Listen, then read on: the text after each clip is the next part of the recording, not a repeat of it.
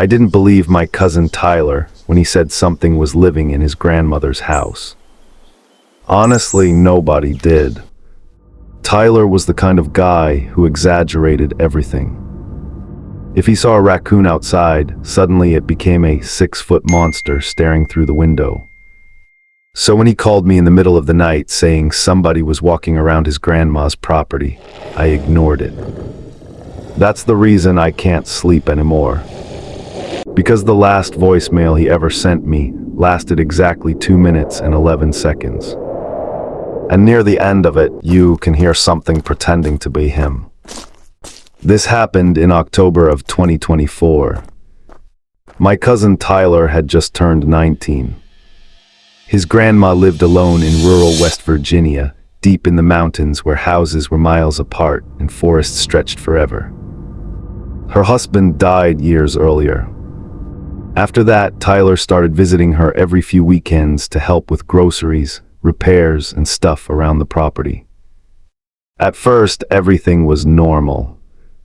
Then he started noticing weird things around the woods. Doors open at night. Footsteps on the roof. Knocking on windows after midnight. His grandma blamed animals. Tyler didn't. 3 weeks before he disappeared, he sent me a picture while laughing about it. In the photo taken from his bedroom window upstairs, you could barely see someone standing near the tree line. Tall, too tall. At first, I thought it was just a tree trunk. Then I zoomed in. It looked like a person, but the arms were wrong. Way too long, almost hanging to its knees. I called Tyler immediately. Dude, that's probably just somebody hunting out there. No, he said quietly. It keeps getting closer every night. I left. Big mistake. Because after that call, things got worse fast. Tyler started sleeping with his bedroom lights on. He told me every night around 1 a.m. he'd hear footsteps circling the house slowly. Not running, walking, crunch, crunch, crunch. Around the gravel outside. Then stopping directly beneath his window. One night he finally looked outside and saw nothing. But when he turned away from the window, he heard tapping behind him. On the glass, from outside the second-floor window. After that, he became obsessed. He started setting up trail cameras around the property. The first few nights showed nothing except deer and raccoons. Then one camera captured something at 2:17 a.m. I still have the image saved on my phone. The camera pointed toward the woods behind the barn. And standing between the trees was a person. Except it wasn't normal. Its skin looked pale gray. Its body was unnaturally thin. And its eyes reflected bright white from the infrared camera. But the worst part was the smile, too wide. Way too wide. Like someone stretched human skin across something that didn't understand how faces work. Tyler stopped joking after that. He sounded genuinely scared. A few days later, he called me while whispering, "I think it's getting into the house." I sat up immediately. What? "There's mud in the hallway every morning." "Tell your grandma I did." "What'd she say?" There was silence. Then Tyler whispered, "She told me not to go outside after dark." The way he said it made my stomach tighten. Why? She wouldn't answer. That weekend, he invited me over. I almost didn't go. I wish I hadn't. The property looked exactly how horror movies start. Old farmhouse. Huge dead trees. Rusting swing hanging from an oak branch, and woods surrounding everything. The moment I got there, I noticed Tyler looked exhausted. Dark circles under his eyes. Hands shaking. "You'll understand tonight," he said. His grandma acted normal during dinner, but she kept locking windows over and over. Even windows already locked. Then around 9 p.m., she suddenly looked at us seriously. "Do not answer anybody calling your name outside tonight." I laughed nervously. Tyler didn't. Neither did she. At around midnight, we were upstairs playing video games when the power went out. Complete darkness. Tyler immediately muted the TV. "Listen." At first I heard nothing. Then crunch, crunch, crunch.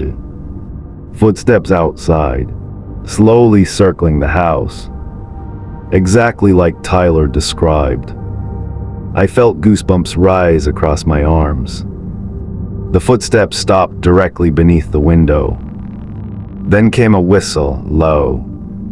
3 short notes. Tyler went pale instantly. "What?" I whispered. "That's my grandma's whistle." We both looked at each other, because his grandma was downstairs asleep. Then we heard her voice outside. Tyler, every hair on my body stood up. The voice came from directly below the window. "Tyler, honey, come help me outside." It sounded exactly like her. But something felt wrong. The tone was empty, like somebody copying human emotion without understanding it. Tyler slowly backed away from the window. Then the voice changed. Instantly. Now it sounded like me. Tyler opened the window. I couldn't breathe. The thing outside laughed softly. Not normal laughter. More like broken coughing. Then footsteps moved toward the back of the house. Neither of us slept that night. At sunrise, Tyler finally told me the truth. His grandfather didn't die naturally.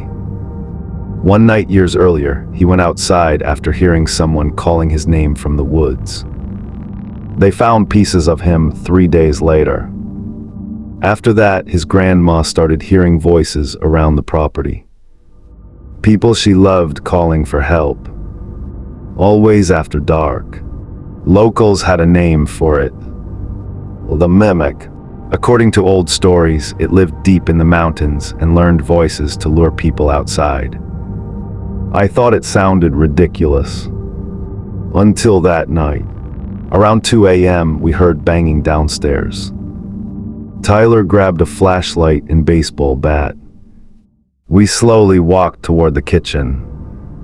The back door was wide open. Cold air pouring inside.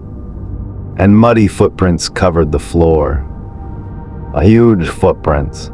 Way too long to be human. Then we heard his grandma screaming outside. Real screaming. From near the barn. Tyler sprinted toward the door.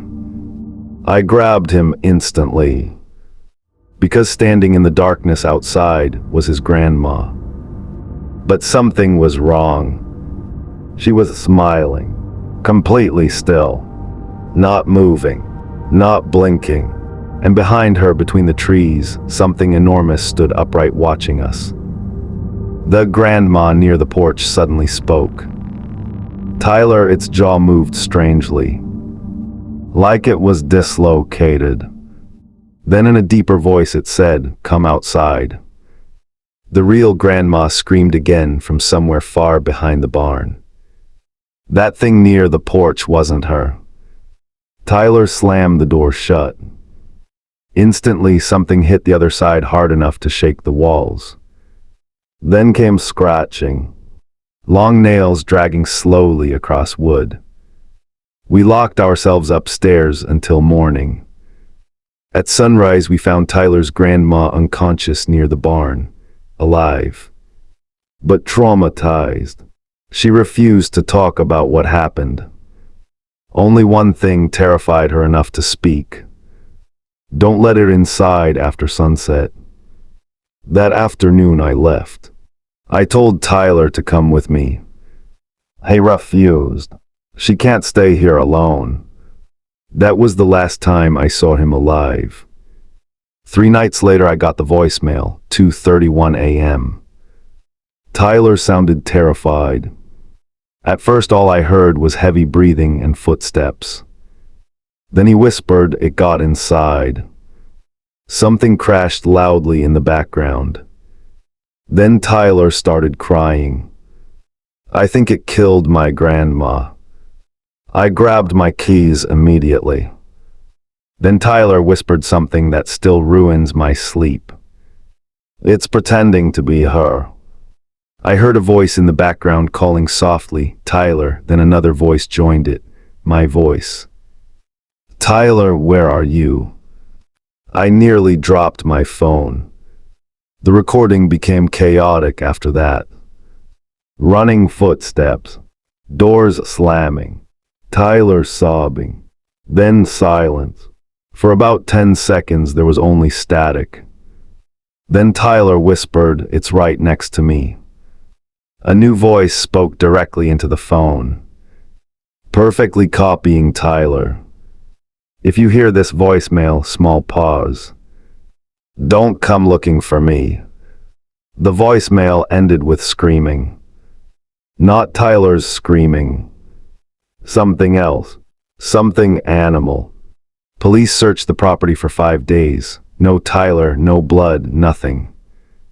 But they did find his phone near the woods. The final video on it was corrupted. Mostly static. But one frame was clear, just one. It showed Tyler hiding beneath the barn, crying. And standing outside in the darkness were 3 people. His grandma, me, and Tyler himself. All smiling, watching him. That was a year ago. They never found him. His grandma died 2 months later without explaining anything. I moved to another state after that. Tried forgetting it. Then last week, around midnight, I heard knocking at my apartment door. 3 slow knocks. I checked the peephole and saw Tyler standing outside, motionless, smiling too wide. Then my phone rang. Caller ID Tyler. The thing outside my door smiled wider. And through the phone in Tyler's voice I heard, don't open the door. Like and subscribe for more videos.